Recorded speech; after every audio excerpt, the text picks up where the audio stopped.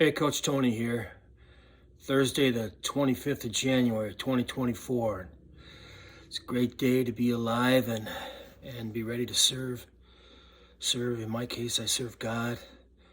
I'm trying to do better every day. I want to talk to you today about brokenness, and I understand what brokenness is.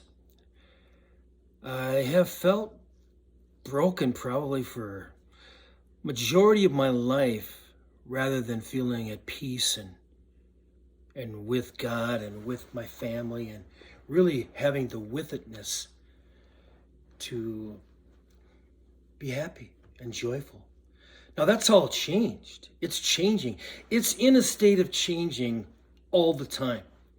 And I want you to know that if you're broken about something. Something brought you to seeing this video because it's all about the discussions of anxiety and how to change that. But I want to be open and say that, I've been broke for a long time. When I was 27 years old, I started this journey with panic disorder. It was miserable. And I lost a lot of things going through this. People would say there's other reasons why you lost those things, but at the age of 27, I'm having anxiety attacks. I have the world by the tail, I think. But I didn't have God present. I didn't have mindfulness present. I was always on a journey to the next thing, intensely, like everything was a competition. I grew up, the youngest of four, and everything was competition, man. And whenever I felt like the competition wasn't tough enough, I always wanted to run onto something else. But what was I doing? Running towards something or running away from something?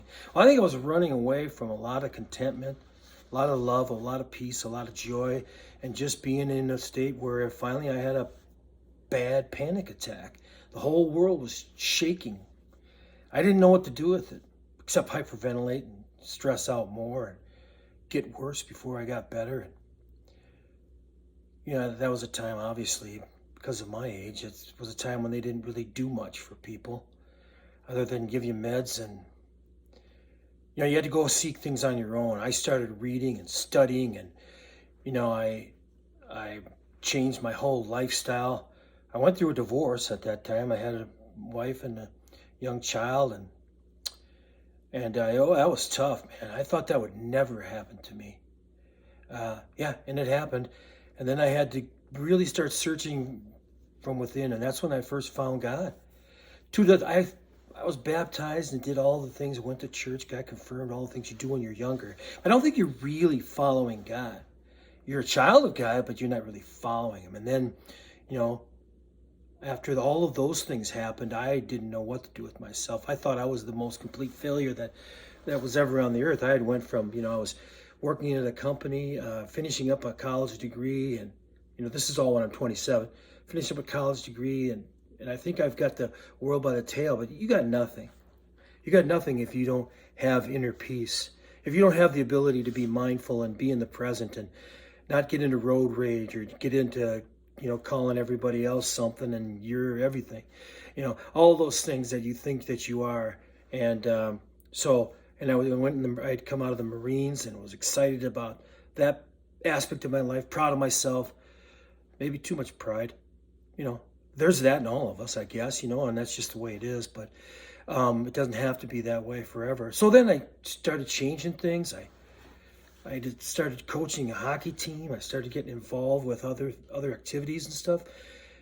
And all of a sudden, things just got better. And I found a relationship with God that I would fall away from again. But I found it, and there it was. And it kind of led me down a path of, actually, by the time I'm 30, now I'm feeling pretty good. I've read some, books on emotional intelligence and neuro-linguistic programming and how you can push things away and then give you more power in the moment. But I did all that stuff and I felt good and I was able to make some changes and do some things. And I went back to college, got a degree to become a teacher, and went off and to do that and to coach. And I really honestly wanted to do it to help people. But then life just keeps getting in the way. There's stresses, the constant. And I had this, still was having all this anxiety, and I couldn't send it away. So they had me gobbling pills, Xanax to the max. And then I did that for the next 30 years. I didn't really even go to anybody to get more peace from it. I just did what they told me, take the meds and rock on. Well, that takes me down a pretty dark path at my age now. I went back to the doctor for the first time in a while for just the idea of panic disorder, again, flaring up 30 some years later. And I'm like, why?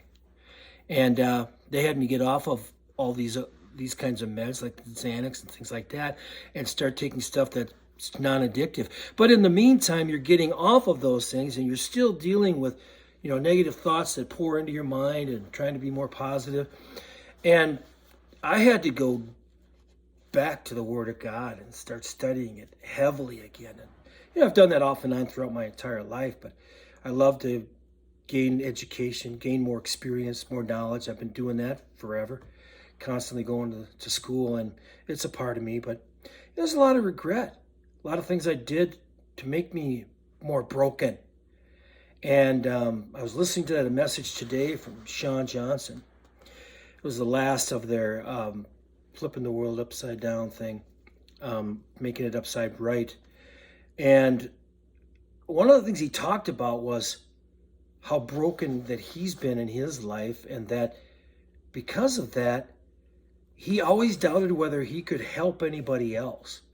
And I'm like, wow, man, how could you doubt that? You're helping millions of people, with the things that you've done, his book on attacking anxiety, all of that. Of course, I admire all of that, but what I admire the most is how he delivers a message so that I can understand it and say, hey, wait a minute. I'm a college-educated person. Yeah, I'm broken. I've made a lot of mistakes. I wish I coached hockey better. I wish I taught my kids better. I wish I did a lot of things better. You always wish and have those regrets, but enough of that. I can help people. So that's what I want to do. I want to help you. You gotta be able to see this message, but if it's meant to be, it's gonna be. And I just made a resolution today that I'm just gonna continue to make myself available and see what shakes. And with what shakes, I'm gonna be authentic. I'm gonna be honest. Man, I'm gonna really pray that I do a better job today than whatever I did before today. And then I'm going to try to do that same thing tomorrow and the next day. And I'm saying it. Doesn't mean it's going to happen, but I'm going to try to make it happen. That's it for today. Thank you.